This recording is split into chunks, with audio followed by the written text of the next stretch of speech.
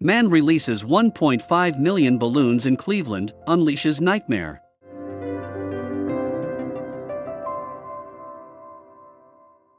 What would this monstrous thing look like once set free? He stood back to admire his work. Over 1 million shiny balloons pulsed against the tarp as if struggling to get free. All the weeks of planning and hard work would be tested at this very moment. No one could have prepared Cleveland and its people for the disaster that happened that day. Crowds of people had gathered to witness the momentous event as they fought for space and packed into Cleveland's public square amid the flashing cameras and jubilant faces. Officials and helicopters circled the area to ensure their safety. Finally, they were ready. But were they ready to unleash the biggest nightmare this town had ever seen? It was 1986. The world was abuzz with Hands Across America, Halley's Comet, and the Challenger explosion, and the Soviets were still trying to cover up the disaster at Chernobyl. MTV was still playing music videos, and Oprah Winfrey's media empire was just beginning. Celebrating their 30-year anniversary, the Guinness Book of World Records was igniting world record fever across the globe. Naturally, the city of Cleveland also wanted to claim its place among the world record breakers and go down in history. And they would, just not in the way that they had hoped. The city of Cleveland, wanting to get in on all the world record hype, had the perfect vehicle to launch them into the spotlight. It came in the form of an organization called the United Way of Greater Cleveland and is part of the Greater United Way brand. This organization's main objective is to help impoverished communities and encourage social justice in the United States. The United Way achieves this by receiving donations from the public. And when they caught wind of the city wanting to break a world record, they saw an opportunity to raise a lot of money. But they never anticipated the backlash that would follow. Remember this. Lake Erie is the fourth largest lake of the 5 Great Lakes in North America, and it also serves as the natural border between the United States and Canada. This is an important clue why everything went wrong. Can you imagine why? At the time, Disneyland held the world record that Cleveland coveted. Everyone involved knew it wouldn't be easy. It was then that the city of Cleveland and the United Way called upon Balloon Art by Treb, a small Los Angeles-based company. The company was owned by renowned balloon artist Treb Heineling, who had begun his balloon art career at Disneyland at the young age of 15. Treb's work has since gone on to be featured at Super Bowls, Academy Award presentations, and presidential inaugurations, despite the tragedy that was Balloon Fest 1986. It's a common misconception that the balloons at Balloon Fest 86 were given out to citizens and then released. The helium-filled balloons were held in a structure the size of a city block, in the shadow of the Terminal Tower in Cleveland's public square. For hours, the balloons were filled by volunteers. Although Treb had originally intended the number of balloons reach a grand total of 2 million, the volunteers, with blistered fingers and shaking hands, prompted the team to call it quits at 1.5 million. Now, they were ready. But nobody was ready for what they were about to unleash. But how would filling 1.5 million balloons raise money for the United Way? Well, every schoolchild was sent out to sell sponsorships. A donation of $1 would get you 2 balloons that would be included in the extravagant stunt. And people donated in droves, all wanting to be a part of the hype. With such a large amount of money raised for the cause, the United Way should have had enough money to pull the stunt off without a hitch. But the fickle hand of fate threw a curveball their way, leaving everyone completely blindsided. Cleveland and Treb calculated the perfect day and time to release the balloons, but the weather can be unpredictable. Even though it was a sunny morning, some gray clouds started to form on the horizon and slowly moved towards Cleveland.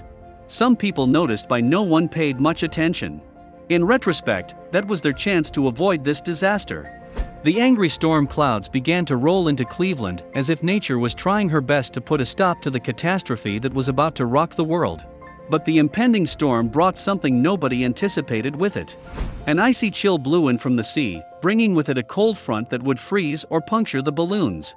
It was as if circumstances beyond anyone's control were determined to prevent the balloon's release. And the city of Cleveland should have heeded the warnings.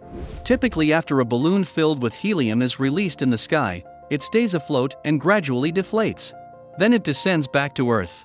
This definitely didn't happen in Cleveland, and now you'll see why. When a balloon is hit by cool air and rain, is pushed towards the ground while being still inflated. This results in the absolute madness that happened in Cleveland. Treb was repeatedly warned by his team that releasing the balloons with these weather conditions would potentially be a bad idea. But Trev wouldn't back off that easily. If you'd spent all this time preparing the biggest balloon event in the world, would you just call it off? There is a rumor that Balloon Fest was very close to being cancelled minutes before they let the balloons free. But, as you can see, it was too late to let all of this go to waste. What could possibly go wrong? After all these complications, Balloon Fest 86 was about to begin. Trev released the balloons earlier than planned to minimize the impact the storm would have on the event. There's no need to say that this didn't work, and now you'll see why. It was time to release the balloons. Trev, determined to have his moment, decided that they would have to release the balloons early to get ahead of the storm.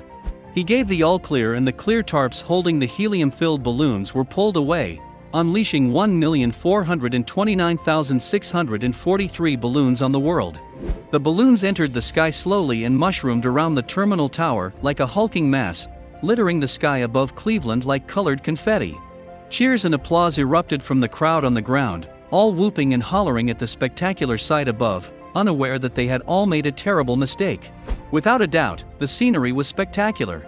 Remember that there were 1,429,643 balloons being released in the sky at the same time. Even though the view was impressive, no one could have prepared Cleveland for what happened after that moment. Remember Cleveland's location? Remember the huge storm and how balloons react with cool air, wind, and rain? What you're going to see next totally illustrates how this man unleashed a nightmare in Cleveland. Cleveland remembers that day with terror.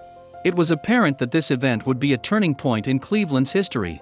Only imagine how much money would Cleveland have to pay because of the destruction that was caused by the event. Wait until you see the aftermath. The policemen flying above the event had kept their distance, anticipating the balloons to rise like a single column. But when the wind picked up, buffeting the mass of floating orbs about and scattering them downwind, they were flying blind. Thankfully, the officials were specially trained to fly in difficult conditions.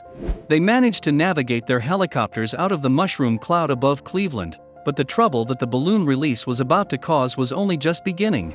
When helium-filled balloons rise into the stratosphere, they are usually scattered by the wind. But the unusual circumstances that were unfolding were about to become extremely problematic. The cold front that was blowing into Cleveland that morning caused the balloons to be spread over a wider area. But this wasn't the only problem nobody had accounted for. In normal conditions, balloons will soar high into the sky and then begin to expand as the air pressure around them reduces. This expansion stretches the already thin plastic and they explode. Then, the plastic remnants fall back down to the ground. But on that day, that was not what happened. Treng Haining and his team had made a monumental miscalculation. They had failed to consider a fundamental and universal law: what goes up must come down. The balloons, obeying the laws of basic physics, did just that. The balloons, still intact, began to rain down on Cleveland. But not only Cleveland. They plummeted down into the streets, into the rivers and lakes, and into the farmlands. Most of them ended up all the way in Canada, where they littered Lake Erie like a blight of eerily bobbing plastic. But the worst of the fallout was still to come. Canadians and residents in surrounding areas began to send complaints in droves. Everyone was angry and astounded that such a destructive idea had passed environmental safety checks. Countless animals fell victim to the choking hazards that littered the landscape. But they weren't the only victims. Travelers on roads nearby were pummeled with masses of intact balloons, wreaking havoc on the motorways and causing accidents. But even more chaos was about to ensue nearby, at the runway at the Burke Lakefront Airport. The still intact mass of balloons had made their way onto the runway, rendering it completely unsafe for use. Planes couldn't land on the landing strip, and the airport declared an emergency and shut down the runway. No planes could leave or enter the airport for an hour. Many flights were cancelled, delayed, or diverted. But the balloons hadn't completed their path of destruction yet. In a nearby stable of prized racehorses, the balloons were about to cause absolute mayhem.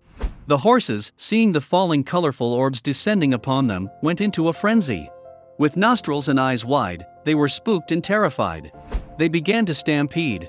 Desperate to escape, they plowed into one another blindly. The racehorses injured themselves and were unfit to compete after the incident. Their owner, furious and wanting justice, decided to take action and sued United Way for the damages. But the tragic aftermath of what was supposed to be a frivolous stunt didn't end there. And yet, amid the fate of the racehorses and the countless wild animals, the chaos of the travel delays, and the motor vehicle accidents, the Balloon Fest '86 also claimed 2 human lives. That very same day of the balloon release, officials at Lake Erie were searching for 2 men. The men had been reported as missing after their boat had been found close to shore, capsized and battered. Inside was a fishing rod and a fisherman's cap, all that remained of the 2 fishermen. The Coast Guards were trawling the lake as best they could, but there was one problem. Helicopters searched the area, but the thousands of balloons that had been pummeled by rain ended up in Lake Erie. All the bobbing plastic balloons that littered the surface of the entire lake made what would have been a straightforward search and rescue mission impossible. Trying to identify an orange life jacket among the teeming mass of orange balloons was like looking for a needle in a haystack. The men were eventually found 2 days later when they washed ashore, but they were, sadly, deceased. But there's more. Even though the balloon release had wreaked such unforeseen chaos and destruction, the aftermath was equally devastating. In short, the Balloon Fest of '86 was a nightmare. The United Way claimed that the balloons were biodegradable, but were they really? The United Way proudly stated that they had considered the environmental impact of releasing 1.5 million plastic balloons into the world. They said that these balloons would begin to degrade at about the same rate as an oak leaf does. But how long does that take, exactly? Oak leaves can take at least 4 years to begin to break down naturally. And the balloons that were released on that day would go down in history as an unmitigated disaster. It took a year for them to biodegrade fully, leaving Cleveland and nearby regions covered in millions of soggy plastic particles. The balloons of Balloon Fest '86 were also filled with helium to make them rise. But there have been no studies as to what happens when such a large amount of helium is released into the atmosphere. Not only that, but now helium is considered a limited resource. But would the United Way pay for their huge mistakes? The entire, utter failure of a PR stunt cost $500,000 in donations. It's not lost on the city of Cleveland that this money could have gone towards something meaningful, such as building a school or a shelter for the homeless. After the massive disaster of Balloon Fest '86, the United Way has changed the way they do things. They no longer organize enormous and frivolous publicity stunts. Needless to say, the organization's reputation was severely damaged after Balloon Fest '86. Between the cost involved to organize and hold the event, and the lawsuits they faced in its wake, the United Way made very little money from Balloon Fest '86. Then, they had to handle the massive cleanup operations to try and undo some of the environmental damage they had caused. The United Way's stunt also earned them a lot of backlash from the public and from environmental agencies. The common adage "all publicity is good publicity" didn't apply to the catastrophe that was Balloon Fest '86. And the organization is still dealing with the fallout.